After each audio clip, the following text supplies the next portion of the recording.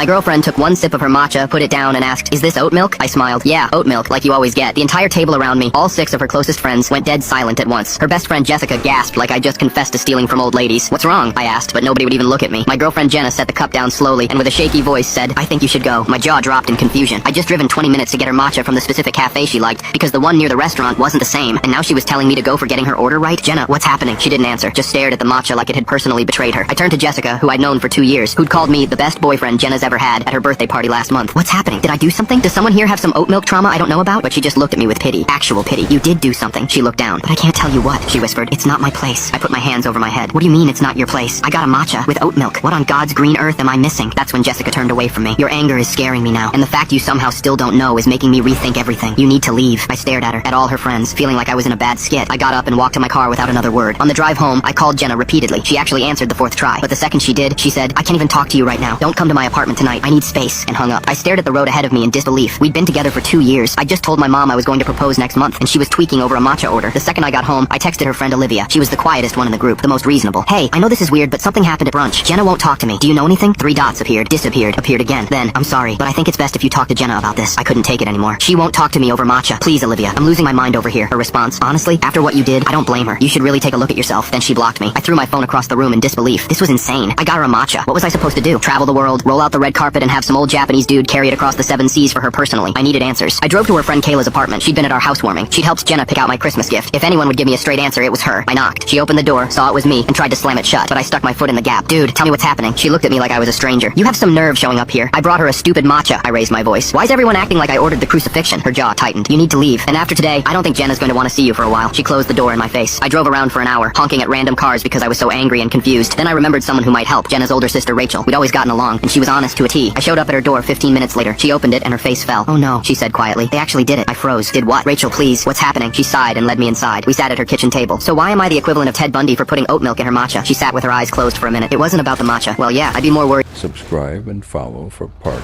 2.